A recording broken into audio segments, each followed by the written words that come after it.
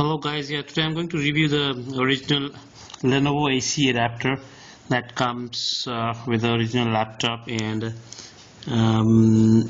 this is the standard box. This is the standard packaging with all the stickers. It's very difficult to identify the fake ones and the original ones. So here is the seal, and at the back it looks like this, and at one side it has this kind of packaging, and at the back you have this kind, and here is the sticker with all the details of part numbers and production date and where it's made and all those things, and part number and all.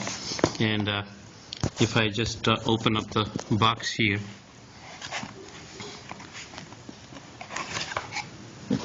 here's the standard packaging itself.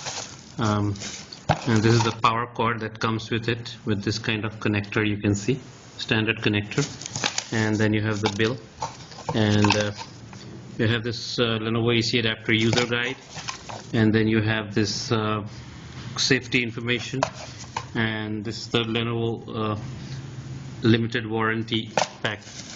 And if you check the actual adapter, it looks like this, and